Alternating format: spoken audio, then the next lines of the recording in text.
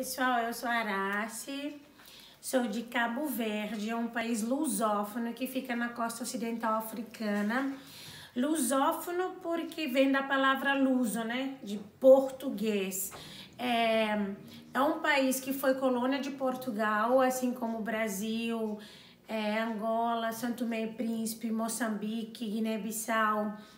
É um país muito bonito, mas eu moro no Brasil há mais de uma década e muitas vezes as pessoas me perguntam informações com relação a residir em outro país. Eu conheço vários países e a primeira coisa que você tem que saber, você brasileiro, que você quer ir para outro país, você precisa ter um passaporte válido.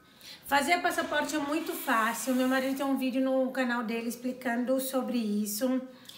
E esse passaporte aqui do Brasil, eu tô com dois passaportes, o meu e do meu esposo.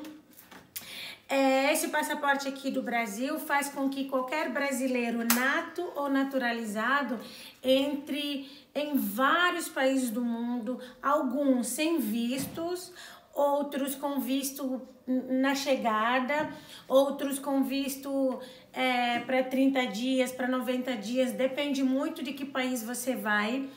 Mas para você escolher que país você vai, às vezes você não sabe, nunca viajou, tem um site que chama Passport Index. Você entra lá, você vai no procurar, no Find, você põe o seu passaporte ou o país do passaporte, no caso você põe lá B e põe o Brasil, você vê todas as informações sobre o país que você quer ir. Não se iluda de achar que a Europa é maravilhosa, é isso, é aquilo. Não, primeiro você tem que entender o que você quer. Se você quer só passear, só estudar, e nunca se compare com a experiência de outras pessoas que foram para lá. Ah, fulano foi e ganha 1.000 euros por semana. Beltrano foi, mas só ganha 500 euros por semana. Então, a primeira coisa que você tem que saber quando você vai para um país diferente de onde você nasceu, você tem que saber se o idioma é o seu idioma. Por exemplo, para brasileira, você vai para um país do estado Schengen. Mas para onde você vai? Para Portugal? Portugal fala português, é mais tranquilo. Mas se você for para um outro país que, por exemplo, se for para a França, você precisa ter no mínimo noção de francês.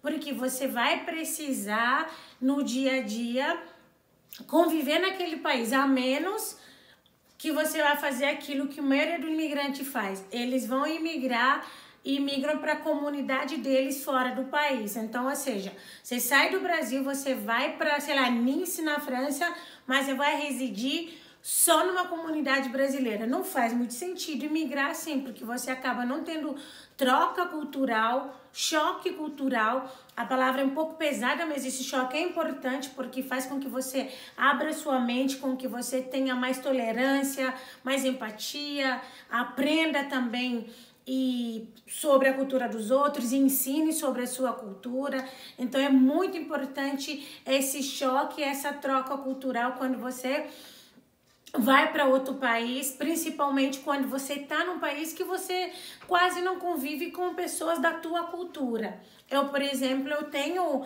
passaporte de Cabo Verde, inclusive, acho que nesse outro aqui, eu tenho 2 tipos de visto. O que eu vim para o Brasil em 2007 era um tipo de visto, mas aí muda tanta coisa, ó. Esse aqui é de 2007, esse visto. E já esse outro aqui é de 2010. Aí foi mudando. Hoje eu não preciso mais de visto porque eu fiquei aqui um tempo.